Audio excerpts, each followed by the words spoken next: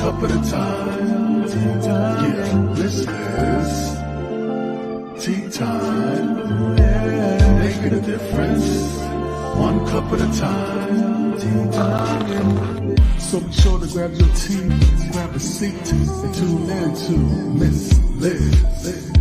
Tea time, making a difference, one cup at a time. Tea time, yeah. Tea time, time.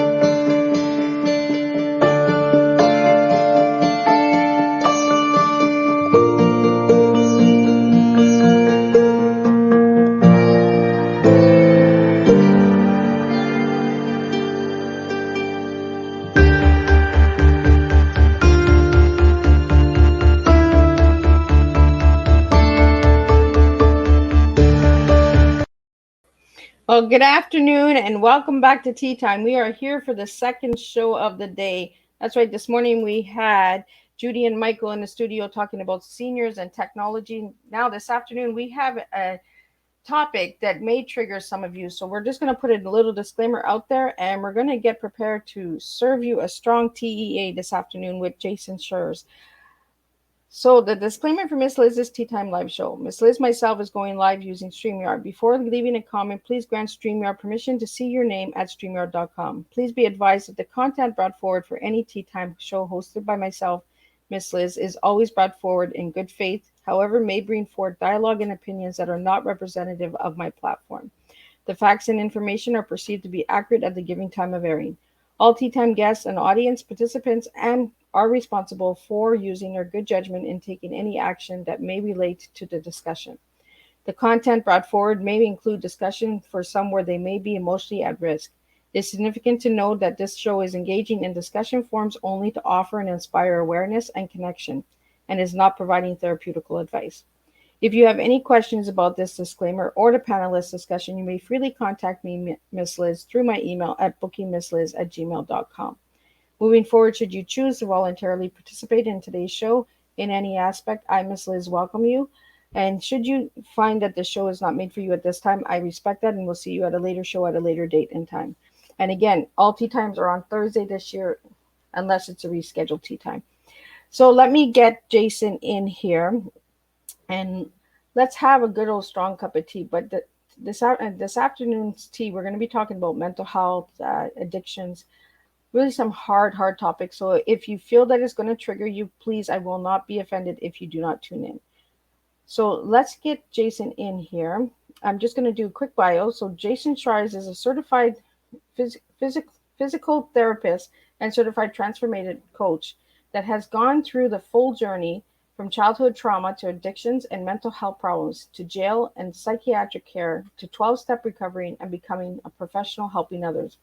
His story is painful and eye-opening, showing how the system pathologizes normal human response to tragic life circumstances, and also showing how there really is a way out for everyone. So let's get Jason in here, and I'm going to grab a sip of tea. So welcome, Jason. Hi, thank you. Nice to be here. Nice to be. I like the intro. It was great. Oh, well, thank you. I always try to do a little special for all of my guests. So, Jason, if you'd like to share a little bit from where it began and how you got to where you are today. Yeah, I mean, it's a long story, and there's so many facets to that, and so many sort of different avenues, and it all started, I guess, with the loss of my father when I was a small child. He was killed in an accident, and when I was 5 years old, and I think from there, life I guess as I would imagine it to be, for a small child in a family unit, completely changed and became something very serious very quickly. So food was my first drug, if you want. It was the escape from myself. It was the escape from my experience. It was the escape from my grief. Food was reliable, consistent, heartwarming, comforting, at the time, which is what I needed.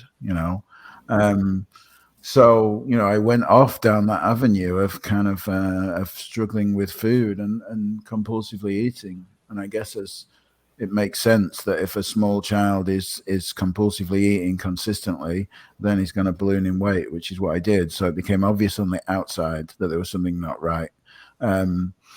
So my mum, bless her, in all her attempts to soothe me and help me feel better, she took me to professionals to get me some help, which happened to be the psychiatric system. And because back then in the early 80s or late 70s even, it's kind of like there was no internet. You didn't just pull out your phone and search for help with grief. It's kind of like you picked up what we call a yellow pages. Don't know if you had that in the US. And it's like a list of local businesses, and I guess you kind of searched under mental health or something related, and she found maybe she even called the doctors, I don't know, and they pointed us into the medical system, which is what psychiatry is. And I was medicated for depression at that time, and that was my start in the psychiatric system, of being sort of entered into the system. I was then medicated for weight control, with diet pills, what we would call diet pills, today, which didn't really do much because like food was my solution. It was the comfort, it was the peace in my life, it was the reliable, consistent friend that I'd found to cope with my grief. So trying to medicate my experience or to change my relationship with food via tablets was never going to work because I needed the food more than anything, because otherwise inside I was full of grief and emptiness and loneliness and separation, and I just felt out of place in the world and wondered what on earth this thing was that people were calling life, and how come I'd been dealt such a bad one, in this experience that I'd had. And by this time my behavior was pretty chaotic. I was being expelled from schools. I was stealing money. I was committing crime. I was pretty outrageous, I guess my mum would say. And she'd lost control of me, that's for sure. So, things just went consistently downhill from there into drugs, into addiction. I found drugs as a very young teenager. And it was the solution. It was the ultimate solution, finding drugs. It was the very first time in my life since I'd started thinking at approximately 5 or 6 years old, to when I first found drugs at 13 or 14 years old. It was like the mind quietened. It went quiet. It was a busy mind. It was full of overthinking and stress. And I'm sure anyone listening knows what that means, to be an overthinker, to be stressy, to be constantly worrying. That's what my life was like. I was worrying about myself and the world and everything. Everyone else was, I had a lot of issues, so to speak. Let's say that, my relationship to myself, my relationship to the rest of the world. And when I found drugs, that all went away in an instant. Straight away, it was gone, and it was like that's why I say it was the ultimate answer to everything, And so I was never going to stop. I wasn't planning to stop. I was planning to continue because I just found the answer to life. It's kind of like it really was the solution. Drugs were never the problem. There was always the solution.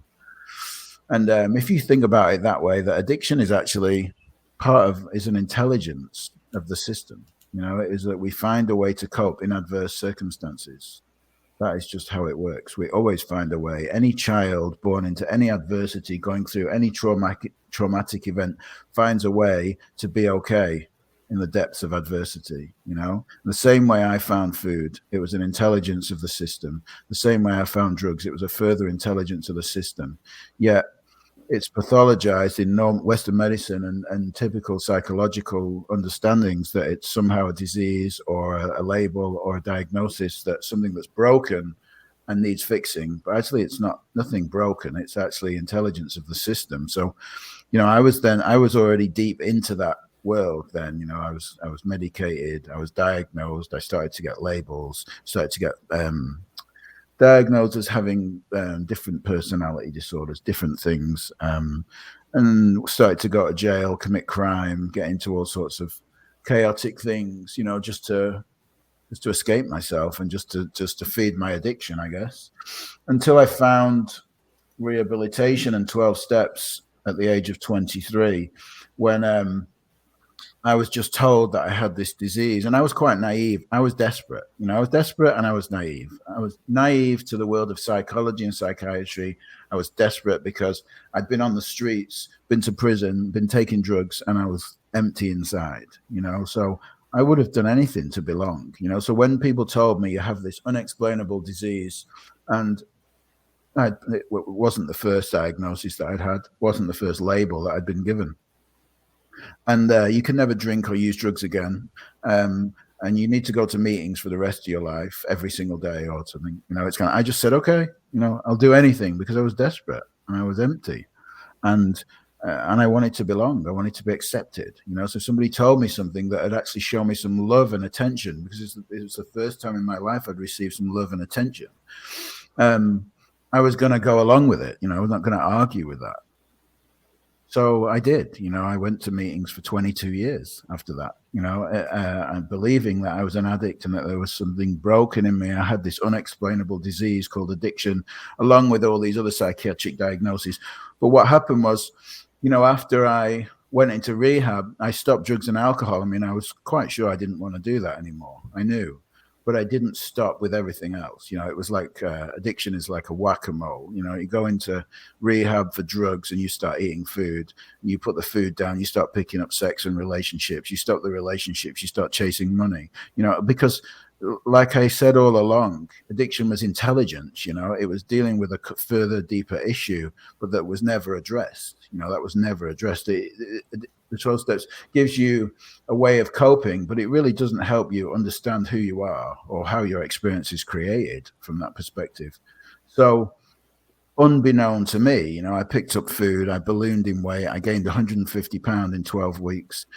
Before I knew it, I was 350 pounds, going to meetings, smiling, saying my life was great because I'm not taking drugs anymore, but I'm 350 pounds. I look at myself in the mirror and I just want to commit suicide because I feel so bad about my body and my life, completely unknown. I didn't know what was going on. I was just oblivious to that. And so then my progressive relationship with food and diet and the gym and crime and chaos and all sorts of stuff, I kept going to meetings and saying my life was great because that's what people seem to do. And that's what I was told I needed to do. But really things just got worse on the inside. They didn't get better. My internal relationship with myself and my reflection with the rest of the world was at complete odds consistently. I felt in that committee that I talked about when I was younger that went quiet when I first took drugs. That was there. It was present in my life. So I had this what would you call it, difficult relationship, challenging relationship with people, the world, and myself. I always felt challenging. I was always trying to fix myself because I believed I was broken. I was always at odds with somebody because they were mirroring or reflecting back to me something that was at dis-ease within myself, and that's kind of how I lived for a long time in some form of escapism, whatever form of escapism I could find that was not going to be drugs or alcohol, I would do it. And that's why I became a psychotherapist, because I went to therapy. People said to me at meetings, "Oh, you've got some real problems. It's kind of like not just addiction, you've got other problems." And I was like, okay, what do I need to get a therapist? People used to say. I was like, okay, so I got a therapist, and I went to therapy, and it was quite nice to be heard. It was quite nice to just to be sitting with somebody for an hour who seemed to show some interest in your life. And I thought, oh, maybe if I did this therapy thing, I could fix myself. You know, that's kind of, I could actually get a better perspective. I mean, if I really, because I knew I was clever, I'd been to private school. This was nothing to addiction, has nothing to do with intelligence. The two things are completely not mutually exclusive. You know, I was very intelligent. I still suffered in the way that I did. So I kind of knew, and I looked up and I found I did a master's degree in as well as many other qualifications in a psychodynamic therapy called transactional analysis. You know, which is a quite complicated theory, to be honest. You know, and I spent years going in and out of kind of looking at my trauma and my past and my childhood and all these things, and I shed a lot of tears, and I felt darkness, a lot of darkness, because I kept digging into the past, and I somehow thought that I could get a new relationship with the past. That's what I was taught. That's what I believed. Again, naively, not knowing anything. It took me a lot of years to really come to an understanding of human behavior and the human mind, of going in and out of this stuff, for like nearly 30 years, I guess, now, to really say I've got a good understanding of what happens, to people who struggle. So back then, naively, I kind of did this stuff and got one training after another. And at the end of each one, I kind of thought, I don't know anything about happiness. How can I help anyone else? It's like I got the qualification. Here's your certificate. You can go and help people now. And I thought, yeah, I do have a conceptual framework and a theoretical understanding of what I've been taught, but I don't know where the light switch is. I don't know how to find happiness for myself. I don't really know what joy is, for no good reason. I knew joy for getting a new car or joy for getting some money in the bank, but I didn't really know joy, what was really joy was, I didn't wake up full of happiness and contentment. I woke up full of dread. I woke up like full of what I call a flawed mind, full of, ideas about myself, of being broken, damaged, having to be in therapy for years. I'd already been in therapy for years at this point. I've been in recovery for years. I hadn't taken drugs for a long time, but I was still completely miserable and acting out on my addiction in different ways, and at this point, because I was a professional, I had to keep it quiet. It became even more difficult to talk about the way I behaved and the way I thought and the things that I believed about myself and the rest of the world with anyone, because I had this professional front to keep. And it's like, and I knew these other therapists and they were the same. It's kind of like in public, they would talk a great story about addiction and how they were recovering. But in private, when they told you about their lives, it was just as messed up as mine was. They were behaving in ways that were not really, showed they hadn't really found any answers, in the same way that I hadn't really found any answers to suffering. I was doing something. The bottom line is I was doing something I didn't want to do. I was behaving in ways I didn't want to behave. I didn't know why, and I couldn't stop doing it, So Jason, you said this all started when your dad passed away. Do you think that was due to trauma and grief that started it all, or? Yeah, and from my perspective now, absolutely is related to that. Any form of adversity, any form of jarring experience, intense adversity to the nervous system of a small child that hasn't yet developed any rational or cognitive ability to even understand, and isn't allowed to feel and grieve, isn't taught how to feel and grieve, after that experience, will be just repressed. It's kind of like, and then we innocently kind of find ways to cope, like I did with food, and then all that other stuff is still going on there. It's kind of like, and habitually it just becomes a way of being in the world as we grow. And that, and the belief in myself, as, if we go on further, I can talk more about spiritual stuff, but it's like, let's dig deeper, because the story is what has gotten you to where you are today, right? Like, and I really want the viewers and the audience to understand that we have to have a hard life in order to make a better life. We need those hard moments to grow, and you've taken all of like your therapy and changed it and made a positive outlook, where a lot of people will do therapy and they'll be like, you know what, I don't even want to go near that anymore. Where you've actually went deeper and started studying it. Have you always been interested in the human mind and behaviors? And I mean, you could call addiction the lost man's way to enlightenment. I sometimes say that, it's kind of like you said, you need the contrast or the polarity of experience, the darkness to seek the light. You need the suffering to seek the joy. It's kind of like, if your life is just mediocre, you're probably just going to go along with it. It's like I'd had that much suffering that I was just interested in feeling better. It's kind of like, it was that simple, really. I wanted to feel better. And from there, my growing interest and my love of other people suffering, developed in those processes. Love of helping people that are suffering or who had suffered the things that I had struggled with, was where my passion grew. Well, do you feel that because you went through this trauma, you're able to help people a little bit deeper than somebody who hasn't gone through it?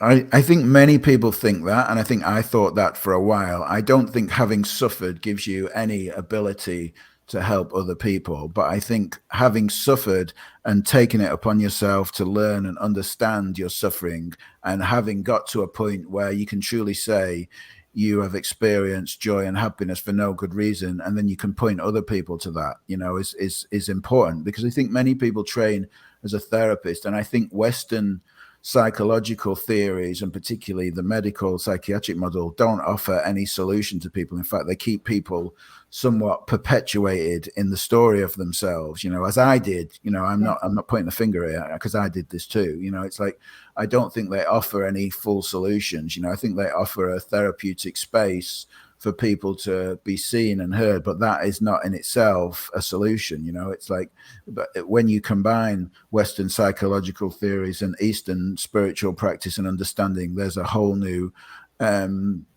space that's available for people to see themselves from a different perspective. And that's kind of what I did, and that's where I feel qualified to, to be able to point people to their true nature, or to a space or a place of happiness and contentment that's always possible for anyone, regardless of what they've been through. We have a question here for you, Jason, about your psychiatric therapy. So, being in the psychiatric ward, how did that affect you as an individual growing up?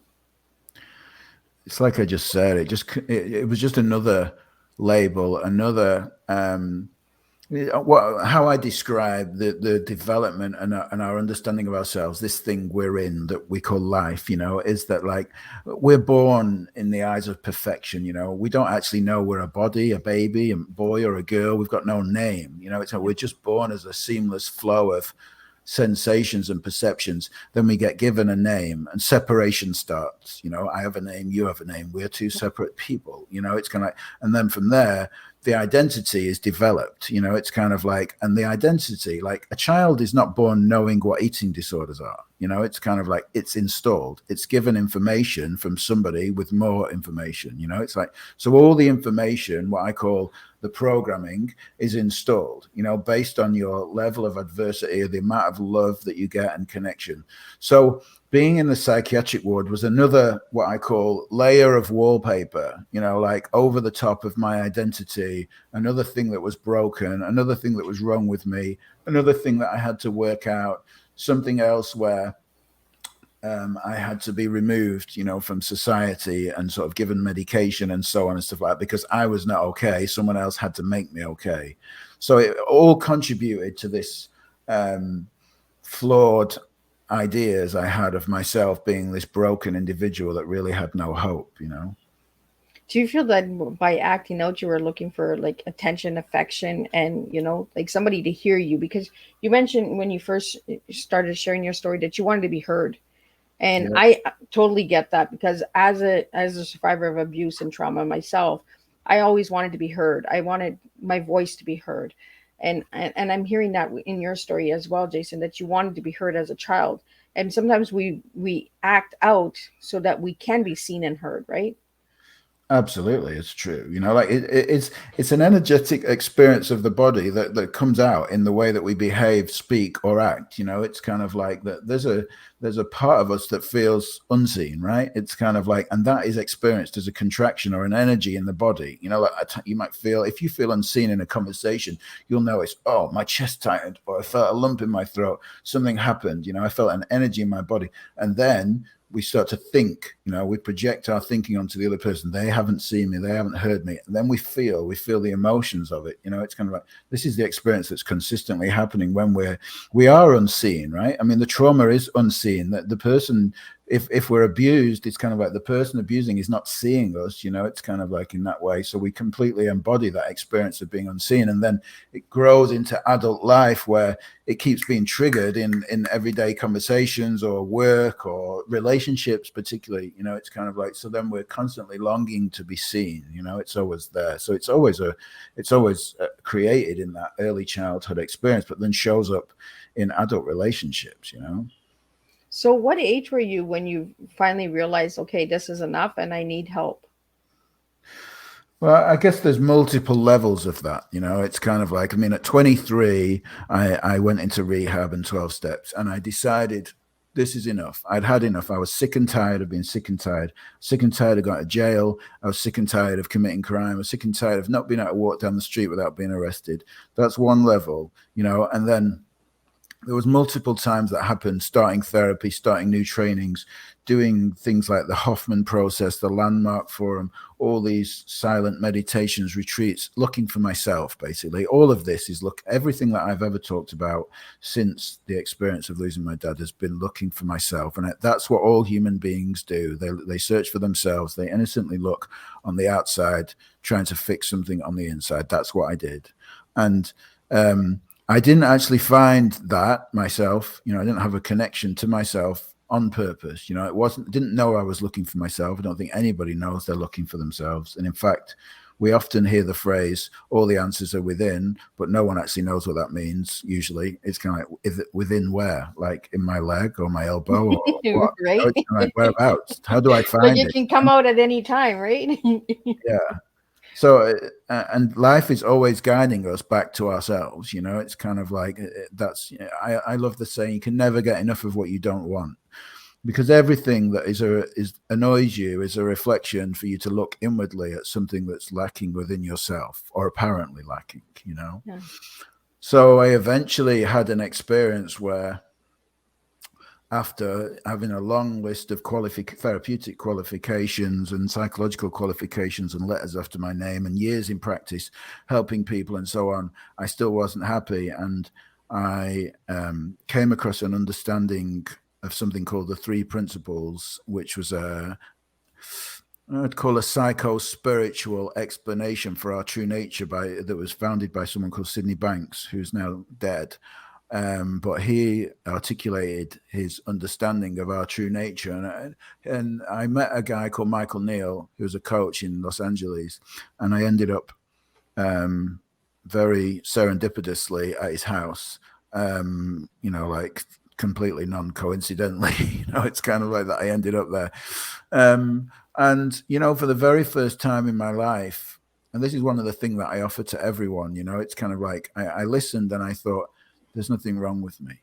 The first time, like there was something deep inside me that said, there's nothing wrong with me. I just think, that's it. It's kind of like I have a lot of thinking about myself. I have a lot of thinking about my world. I have a lot of thinking about my life. I have a lot of thinking about my weight. Now, I haven't talked about some things. My relationship with food was that bad. I had 7 cosmetic surgeries trying to change the outside of my body to fix the inside, to make me happy, including being put to sleep in a third world country because it was cheaper and I was desperate, to feel better. My relationship with food, my body was completely a mess. And that's kind of some of the desperate extremes that I'd gone to try and find happiness on the outside, including money and relationships and weight loss and gym and exercise and everything that people do, all the things that people do to find it. Now, in this experience I had with Michael, it's like there was a beautiful moment where I just felt a complete calmness for the first time in my life. And all the seeking that I'd done, the very thing that had driven me to do psychotherapy, the very thing that had driven me to do all those surgeries, the very thing that had driven me to, doing crazy things for money, having 3 jobs, burning myself out in an attempt to get money to find happiness. The very thing had taken me there. And the very same thing, I'd realized that, that I was okay, that I felt this experience that happened like that. It happened in a moment, you know, it did not happen in a long drawn out, working on myself, fixing myself, doing practices, looking in the mirror, giving affirmations, writing gratitudes down, going to meetings. It didn't happen in any of those things. Never, ever did that get me anywhere other than thinking I was more broken. But in a moment of realization, you know, I just saw beyond the story in my own mind. I saw beyond that wallpaper that I talked about, the idea of myself, you know, like there's a part of me that's not broken. There's a part of me that's not damaged. There's a part of me that knows. There's a part of me that's never been damaged, you know, and it's like, and I saw through this, you know, what I call, when I talk to people, the video playing in my own mind where I was the lead character. You know, I just saw that it was a video playing in my own mind. And in the seeing of that, it was like a crack appeared in my whole reality, and all the stories, all the psychiatric interventions, all the addict label, the years in 12 steps. Because at this point, I'd been in 12 steps 22 years, 3 times a week, 4 times a week, 5 times a week, believing I was an addict and that I had to do these things to be okay. I just saw that none of it was true. So much so, on such a deep level, that I knew in those moments that everything I'd been seeking in all those other things was now at an end. I knew there was something in me that knew. I knew that I wouldn't go back to 12 steps. I didn't need to, because there wasn't anything wrong with me. I didn't need to go to meetings to be okay. I was already okay. And I knew that I wouldn't go back. And I was very difficult to, I struggled to find therapists. I had a therapist for 7 years, and I contacted my therapist from LA while I was there, the day after having that experience, saying, I don't need therapy anymore. You know, I don't need to come. And it was like, so certain I was, you know, that I'd experienced this piece, and I couldn't articulate it at the time. You know, I really couldn't say what had happened to me, but I just knew that I'd found something that I'd looked for my whole life, you know, and I guess what I would call it now is a realization or an awakening, you know, of the truth of who I am, not through the lens of the system. And that's why I kind of say in my talks, you know, how the system pathologizes normal human response to trauma, you know, like a lot of bits might piece together here, you know, about what I've said. It's kind of like where I said a child isn't born knowing eating disorders, you know, the programming is installed, and in an innocent attempt to find help, the idea of brokenness is installed into us. You know, it's kind of like, and then it's somewhat iatrogenic. And by that, I mean, it creates the very problem it sets out to solve. You know, so by going into the system, you know, I'm told I've got these unfixable personality disorders, character traits, labels, diagnoses. I'm an addict. I'm all these other things. But they were just normal human responses to adversity. So they were pathologized normal human responses to adversity. They were given a label. And the label, which is really just an explanation, becomes the cause. It can't possibly be the cause, because it was only ever a label. None of these are, you know, there's no medical test for mental illness. You know, there's none whatsoever. So, you know, I was walking around thinking these are really things that are wrong with me, not realizing that they were just descriptions of where I'd been at the time, you know, and in the realization of this, it all just fell away. And that was my first experience of being joyful and being content and calm and peaceful for no good reason. Nothing had changed. I hadn't got any more money, hadn't lost any weight, hadn't got a new relationship, but everything was good, you know. And you bring up something really important, Jason, is the definition of the systems that are put on us. You Yeah. know, we can question these systems and say, you know what, that's not us. You know, because there's so many misdiagnoses. Like you said, there is no test to prove mental illness. You know, we have symptoms, we have you know, attitude, mood swings, and you know, things that they can say, okay, well, we think it's this, we think it's that, but they cannot really be precise and say, you know what, this is what you got. Yeah. And I think we really need to start putting that out there for mental illness. And that's how we can break the stigma, is by saying, you know what, all these definitions from the systems are not helping us understand mental health, because then people are just going on and say, well, I have PTSD and I have DID and I have BPD, but they don't even understand what these diagnoses are, because they're not, you know, they're not understanding themselves. And I think that's where the miscommunication comes from the doctors as well, and the systems, is that they give us this diagnosis, but they're not even sure if that's what it really is. Yeah, I mean, it's very easy to quantify this. You might, if you're hearing it for the first time, you might think, "What? That's not true." You know, it's kind of like, but I can tell you for certain, right? Thomas Insel was Dr. Thomas Insel, neuroscientist. He was head of the National Institute of Mental Health for 15 years in the US.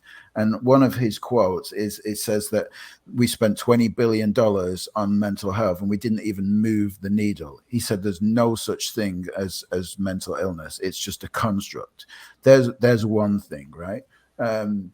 Alan Francis, who was also one of the members of the task force, Dr. Alan Francis, psychiatrist, one of the members of the task force that created the DSM, also wrote a book, Saving Normal. You know, and now these people that have been involved in that, don't take my word for this. Look it up for yourself. You know, it's all out there. All this information is out there, but we're so caught up in the narrative that's been in the dominant, what I call dominant oppressive narrative that's been installed into us by the system, that we don't ever look for this stuff. You know, we just believe it, you know, and it's like, these people are leaders in this field and they're saying that it's not true. There's no such thing.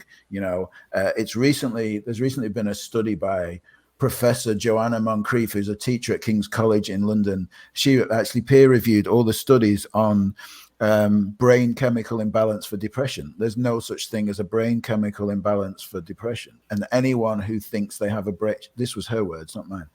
Anyone who thinks they have a brain chemical imbalance has been misdiagnosed by their doctor, and they should go back and speak to them about it, because there's no such thing. Now, Wow. all this stuff is out there. You know, there's millions of, in my own book that isn't finished yet, but like I wrote, you know, that there's thousands, if not millions of people out there walking around believing that they have a brain chemical imbalance, that are medicated, you know, and they don't need to be. It's like, the last one on this subject, you know, there's a lot more. I could go on forever, but like the Book of Woe, if you're really interested, the Book of Woe by Gary Greenberg, who's a psychotherapist, and he studied the whole development, including Big Pharma getting involved, the DSM from start to finish, the ICD in the World Health Organization, which is the equivalent of the DSM, the development of all the diagnoses and like some of the stuff, you know, the stories that you read in there about how they came up with the diagnosis, you know, like sitting around a table talking about, oh, if you've had this for 3 months, no, it's 6 months. No, how do you measure the intensity of this? And how do you tick 6 of the 9 criteria for borderline personality disorder? And these people really think that they've got something medically wrong with them. You know, it's kind of, if you read that, the whole thing just falls apart. You know, I'm not saying, by the way, that anyone's malicious. I know for a fact all these people have got good intentions, and I'm not saying that people don't present behaviors that are antisocial or destructive. They do, but that the cause of them is not mental illness, you know. Yeah. And I think we really need to get this topic out there, because I feel the same way with you, Jason, is we need to start researching. We need to start questioning things. You know, when a doctor tells us we have this diagnosis, question that doctor and say, well, why do you feel I have this? You know, kind of understand a little bit, because for the longest time I was diagnosed with I've been diagnosed with conversion disorder. And a lot of times I'm like, okay, well, what is it? For years I asked the doctor, what is it? And they were like, it's crazy in the head. And I was like, okay, so I'm a crazy person. Thank you for letting me know. But they never really let you know what the diagnoses are, because they're just guessing. They actually don't know. They are. And the other thing about this, I was saying it before, but you kind of pointed out, you know, a person, like, let's say a person, it's more what I would call a measure of where somebody is at, not who they are, you know. But what happens is it becomes a permanent part of their identity. Now, it's like you go to a professional, right, and you say, this is a funny one. I mean, you'll see this. You go to a professional and you say, I'm doing this, you know, this is how I'm behaving, this is how I'm thinking, this is how I'm feeling. Oh, how long have you been doing it for? How intense is it? How long has it lasted for? So they go through the list of criteria in the DSM and they tick it off and they tick it off and they go, okay, here's what it is. They give you a code for your insurance in the US, not in the UK, and they give you a diagnosis, right? And then you as an innocent individual go away saying, I do this because of that. But that, what I've been given, is only a description. Yep. It can never be the cause. It was only a description, and it was only a subjective opinion at best. You know, it was only a description to start with. You went there and you described what you were doing. Someone gave you a description that's called a diagnosis, but you then go away thinking that the diagnosis is the reason that you're doing it. It was, how could it ever be a reason? It was only ever a description to start Right? with. It could never be the cause. It just couldn't be that. And I think that's where it hit you, that you didn't need those 12 steps, because there was nothing actually wrong with you. Yeah. You were just hurting. You were extreme. You were from grief. Like, you had a loss that you didn't understand, and it wasn't ever explained to you, because grief is not explained to us. No. You know, we lose people every day, and then we're all confused. What is grief? Well, if we're not ever educated on grief, just like we're not educated on mental health, how can we move forward? How can we really push through those steps, right? To understand. Yeah, for sure. And again, I want to clarify, 12 steps is beautiful. It saves so many people's lives, including my own and lots of my friends and beautiful people that I've met along the way. But like, at some point you can wake up to something beyond that. At some point you can wake up to there being a deeper truth, that you're not a flawed individual that needs fixing, or you don't have an unexplainable disease that no one can really tell you why. There really is an answer to everything. It's like things can make sense. Like if you've suffered with a trauma, an experience or adversity in childhood, or you've learned to cope in difficult circumstances, it probably shows up in your adult life as painful relationships, as a difficult relationship with yourself or the world outside yourself. It's kind of like there's always a clear connection between the two things in people that I work with. I've never failed in anyone that I've worked with to see a connection between how they were brought up, what they learned to believe about themselves or the world, and what they're suffering with now. Always. Well, and then when we get into a pattern too, we're not actually healing ourselves anymore. We're not actually working on ourselves. We're just, it's a routine, right? It's a schedule. It's like taking a pill for the next 20 years. You're just taking that pill, but what is that pill actually doing? Are you willing to take that next step to try and get off that pill, lower the doses of that medication? You know what I mean? Or completely get off the medication. And it's like you said, with the 12 steps, you just woke up and you're like, no, I don't need this. And at no time am I saying that 12 steps is bad. I'm just saying that we need to actually stop the enabling of ourselves and actually step up and say, you know what, let's change. Okay, we've done this for a while now, but we need to find new steps, new tools, new tips. And we have to really look, like it's within, like you said, wherever it is, in our knee, in our ankle, it just needs to come out, right?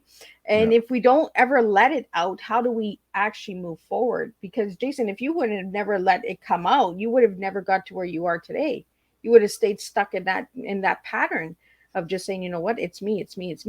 And you use the word broken, and I use that a lot. And a lot of people tell me, Miss Liz, don't use broken. And I'm like, broken is beautiful, because we all have to break in order to heal, in order to seal, in order to find solutions to grow. So why are we so scared of the word broken? Because we're all broken. We're all human beings. We all break at some time, right?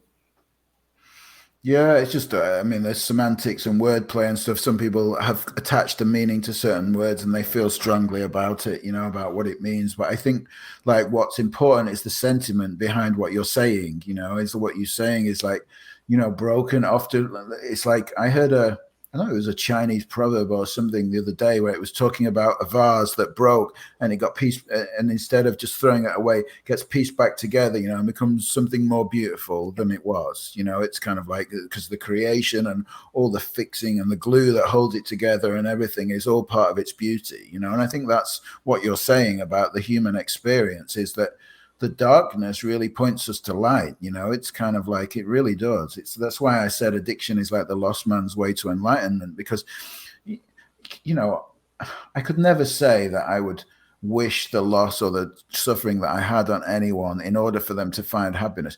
But looking back in hindsight, I can feel grateful for what happened. I can feel grateful for the loss. I can feel grateful. I can feel it in so many ways, like the presence that I have with my children, the love that I have for my children, the relationship that I have with them. That's all a result of what happened with the loss of my own dad. I probably wouldn't feel so strongly and hold it so, cherish it so much in my heart as I do, if I hadn't really known what it was to lose somebody, a dad, and how important the role of a dad is in small children. It's kind of like, that's a beautiful gift, right? I can't ever deny that. So Jason, I want to get into your tea. If I ask you what your tea is today, what words do you have for me?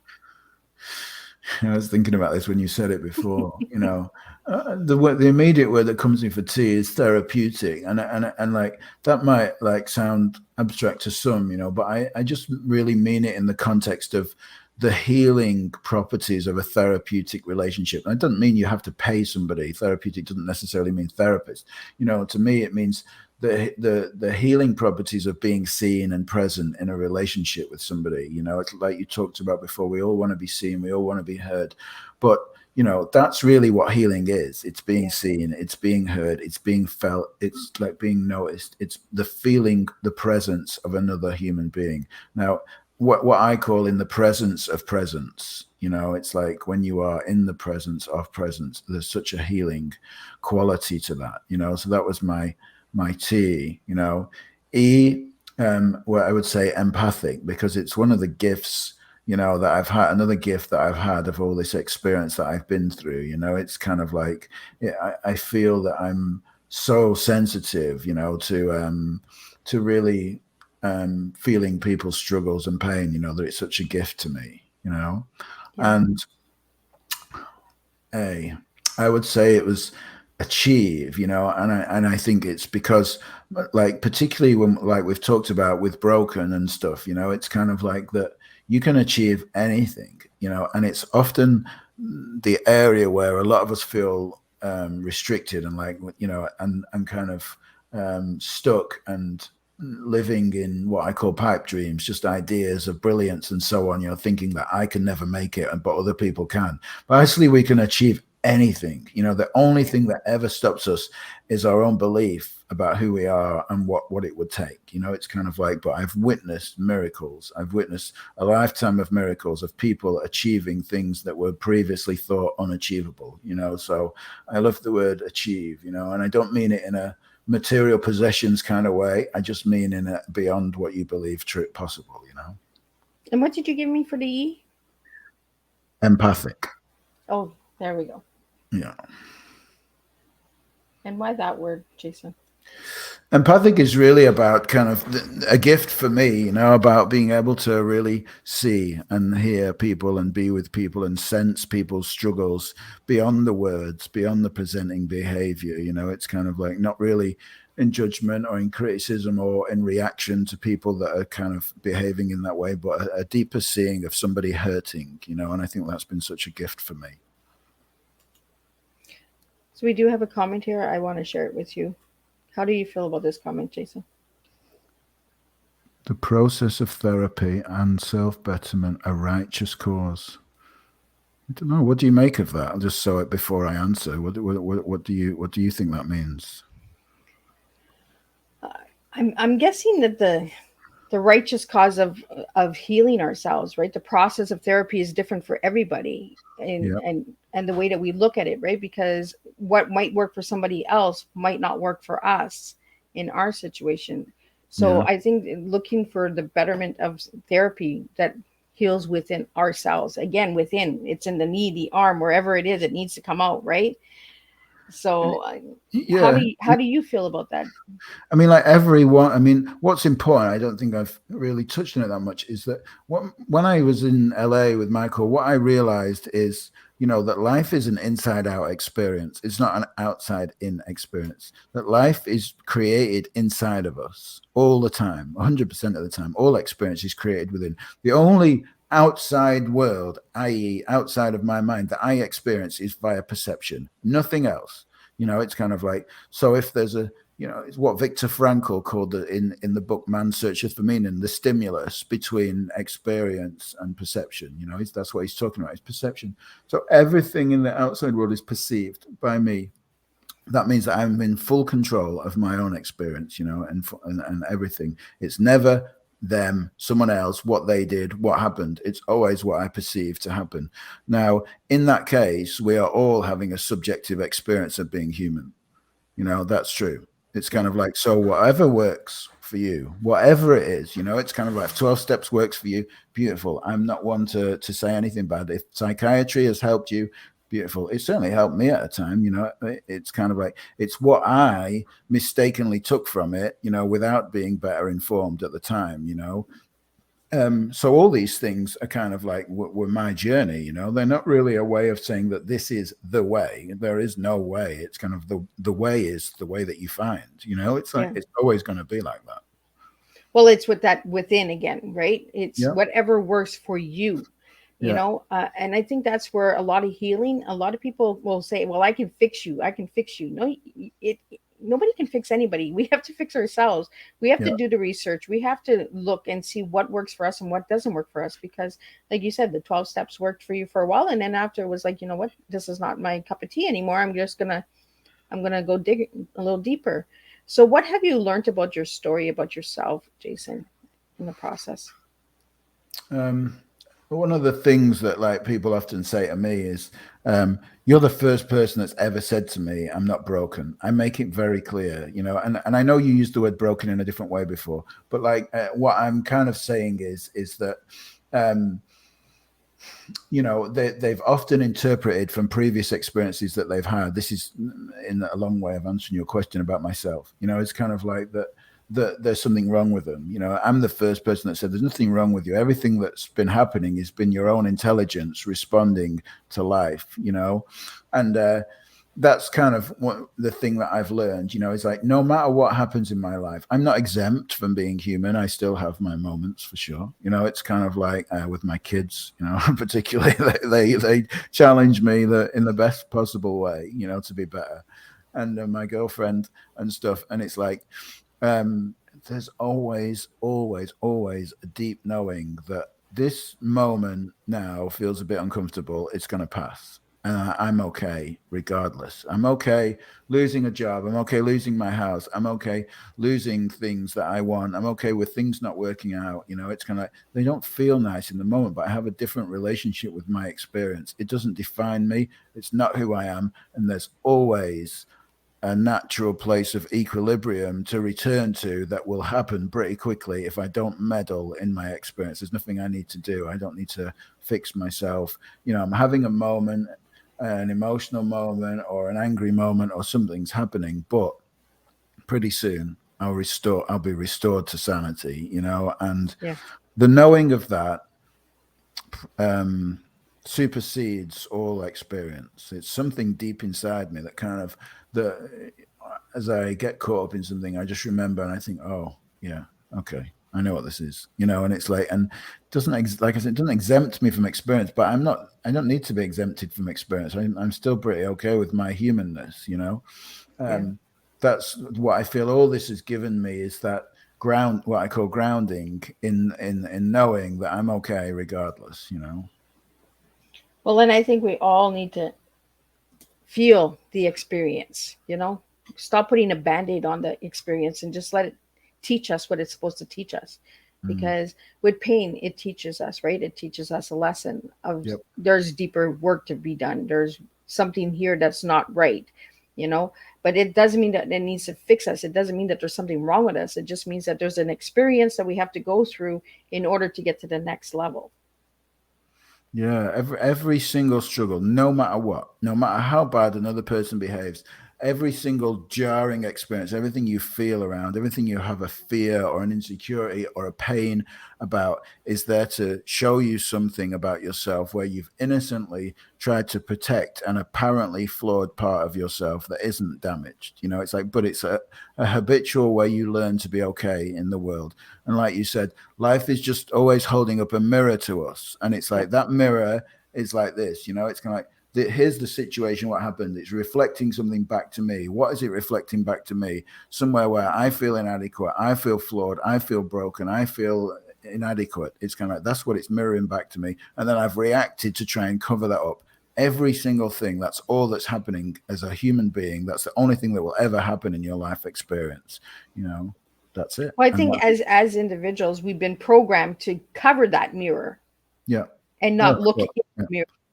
Yeah, because we point the finger, right? It's your fault. If you hadn't have done this, if you hadn't have done that, if they hadn't have done this, if this person hadn't let me down again and again, if they hadn't spoke to me this way, if they hadn't have not paid me, the long list of things that other people do, it's kind of like we create that, it's self-fulfilling prophecy every single time. And it's always in service of us discovering that hidden, apparently flawed, separate part of ourselves. That's what it's in. That's why we create those things. It's kind of, this is a real difficult for people to look at. It's like, because they go, I didn't create that. The way they spoke to me, that's nothing to do with me. It's kind of like, there's a gift in it, when you're willing to look inwardly, when you're willing to look into yourself, there's a beautiful gift where life can become more joyful and more peaceful and more calm, like when you're willing to look. Until then, you'll feel at odds. It's like drinking poison and expecting the other person to die. It's kind of like, that's all you're going to do. And the only person that's going to suffer is yourself, Yeah. Well, it's that taking accountability for our lives, right? Absolutely. And I think that's where we really need to take a charge in our life, is take accountability, take ownership and stop covering the mirror and actually look in the mirror. Because I think that's where the within is. I think the mirror is the within us that we're always covering up. We're always putting a Band-Aid on, So we need to find solutions on how to heal.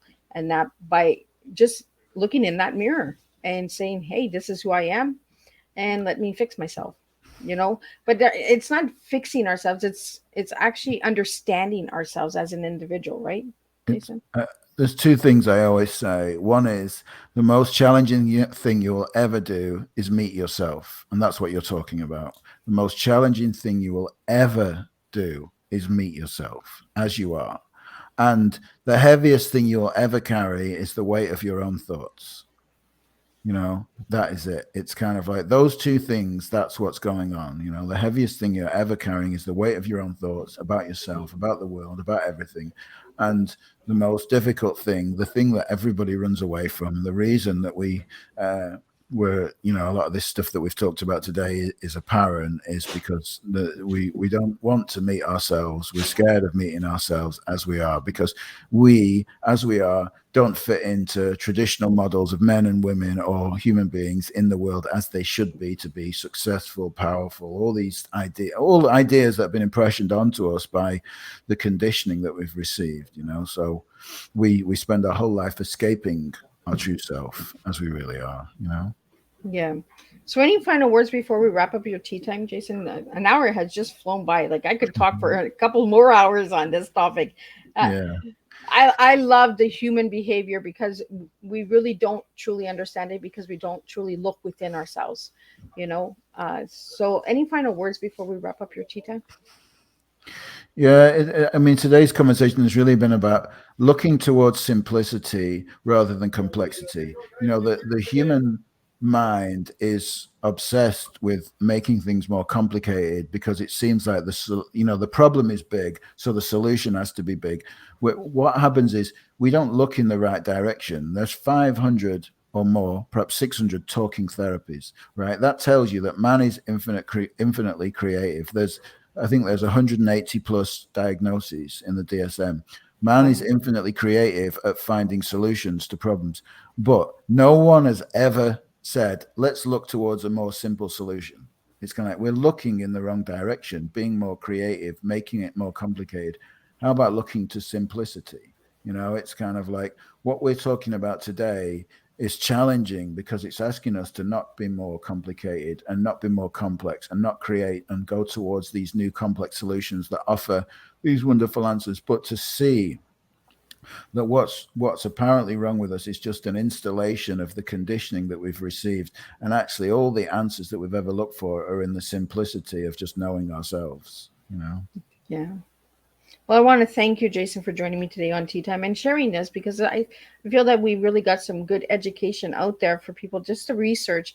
And I see a theme, because this morning too, with Michael and Judy, we were saying that people need to start researching, start looking, stop waiting for the answers to fall in your lap. Actually look for them yourself, work in yourself, take some accountability. And I think that's where we're going today with these tea times, is that accountability and searching for answers and solutions, and that within ourselves. So again, thank you, Jason, for joining me on Tea Time. Thank you for all the viewers and listeners out there who have given some questions. Really appreciate it. And if you're watching a replay, please push in hashtag replay and let me know where you're tuning in from, because I always like to hear where you're tuning in from. And I'll see everybody again tonight at 7 p.m. for the final show of this week's Thursday, where Marilyn Crates is going to be joining me, and we'll be talking about grief. So I see an alignment today with all of the tea times just falling into place. So we started in the morning, the afternoon, and in the evening. So the evening, we're going to close it up with some grief. So again, thank you, Jason, for joining me for Tea Time. And thank you, everyone, for supporting Tea Time. And share this Tea Time, because I feel that there's a lot of information in this Tea Time that can help a lot of people. So again, thank you, Jason. Don't leave. I'm just going to close up the Tea Time. All right.